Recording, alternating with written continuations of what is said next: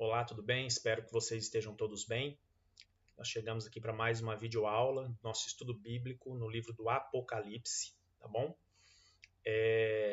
Eu não sei se você tem acompanhado, mas eu gostaria que você acompanhasse, principalmente a aula número 1. Se você não assistir a aula 1, você não vai entender todas as outras. Vai ficar boiando, não vai entender por que interpretar assim ou por que chegar à conclusão disso ou daquilo.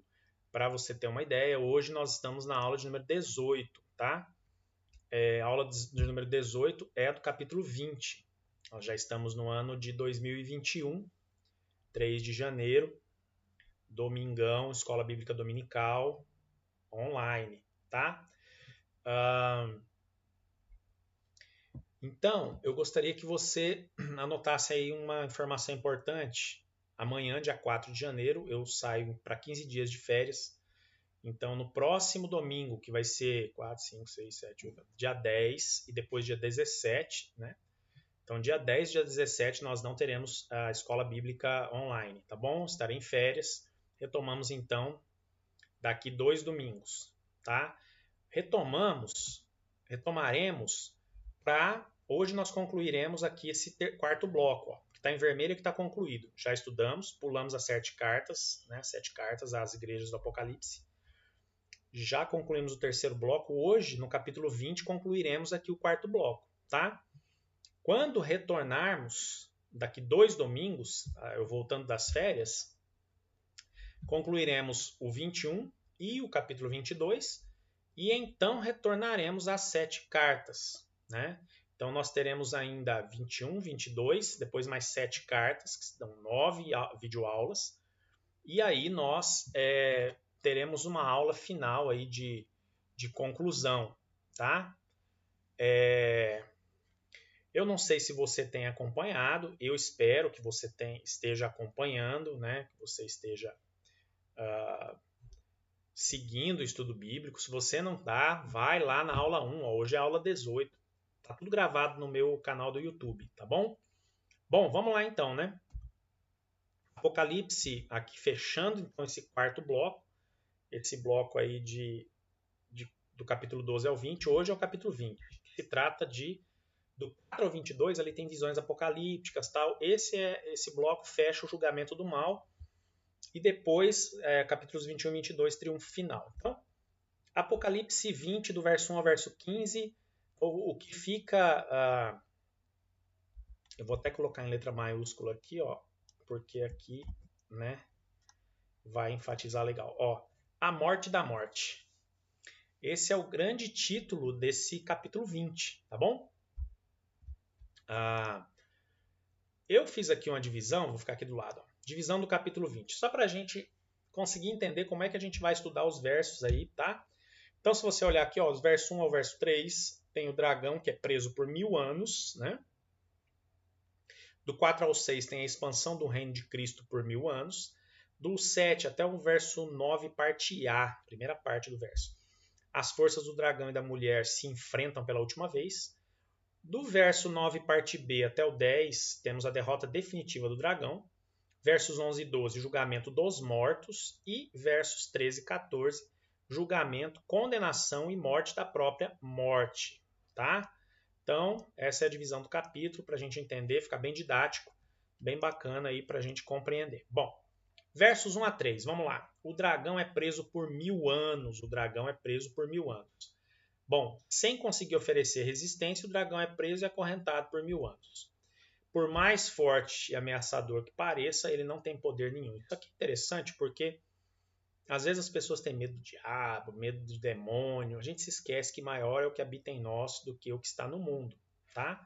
Então, o Espírito Santo habita em nós. Deus habita em mim, habita em você, que somos servos e servas de Deus, tá? Então, o dragão todo temido e tal, sem resistência nenhuma, é preso e acorrentado por 1000 anos. Aí nós vamos para os próximos 2 versos. Verso 4 e verso 5. Que fala do outro lado dos 1000 anos, a expansão do reino de Cristo. Bom, depois que o dragão foi preso, começa o milênio em que o povo das comunidades deve dar seu tríplice testemunho como profeta, rei e sacerdote. Quem tinha esses predicativos aí, vamos dizer assim, esses predicados?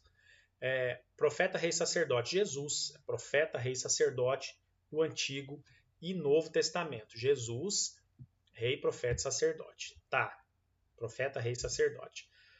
As comunidades passaram então a exercer o julgamento, reinado e celebração. Tem lá, julgar, reinar e celebrar, versos 4 e versos 6. E aí a gente vê que nesses 1000 anos não se trata da luta da igreja contra o mundo, mas sim entre os que defendem a vida contra aqueles que oprimem a vida. Isso pode acontecer tanto dentro quanto fora da igreja, tá? Então não é igreja versus mundo, não. É quem defende a vida contra quem oprime a vida. Isso acontece, infelizmente, dentro das igrejas também. Reinar com Cristo significa o quê? Exercer o poder como serviço à vida. Muitas pessoas utilizam o poder em benefício próprio e o poder pelo poder, pela maldade, para fazer maldade, para subjugar os outros. Aqui, reinar com Cristo é exercer o poder como serviço à vida. Tá? O verso 6 fala, feliz e santo aquele que participa da primeira ressurreição. Como assim? Vamos entender. Bom, se esta é a primeira ressurreição, com certeza deve ter aí a segunda ressurreição, certo? Segunda ressurreição. A segunda é aquela após a morte, né? Ou seja, essa primeira deve ser entendida de maneira simbólica, tá bom? Essa primeira ressurreição que ele fala se refere ao batismo, como Colossenses 2, 12 a 15, Romanos 6 e Romanos 4, 8 e 9. Olha só, o apóstolo Paulo lá em Efésios 2, 5 e 6 chega a dizer que pelo batismo passamos pela morte, ressuscitamos e já subimos ao céu, tá? A segunda morte, então, é a morte da morte, que será descrita lá nos versos 13 e 14, que a gente ainda vai estudar hoje. Esses aí vão tratar o julgamento, condenação e a morte da própria morte. Né? Lá os versos 13 e 14 a gente vai estudar mais à frente. Bom, no fim dos 1000 anos, as forças do dragão e da mulher se enfrentam. Isso está lá entre os versos 7 e 9, parte A. Após 1000 anos, o dragão é solto, reúne todas as nações para o combate final contra as comunidades. O dragão está novamente frente aos descendentes da mulher. Né? A terra inteira se junta contra os que defendem a vida. São apresentados aqui em um acampamento desprotegido no meio do deserto. Está lá no verso 9 do capítulo 20. Humanamente falando, será a derrota certa da descendência da mulher, ou seja, das comunidades que eram perseguidas. Mas aí vem o verso 9b e verso 10, que fala da derrota definitiva do dragão. É a hora da vitória final. Deus intervém, como em 5:14 e em Apocalipse 12, e se coloca ao lado das comunidades e contra o dragão, claro.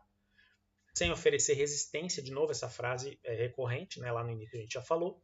O dragão é lançado no lago de enxofre, lago de fogo, enxofre, para sempre, como um eterno derrotado. Está lá no capítulo 20, verso 10.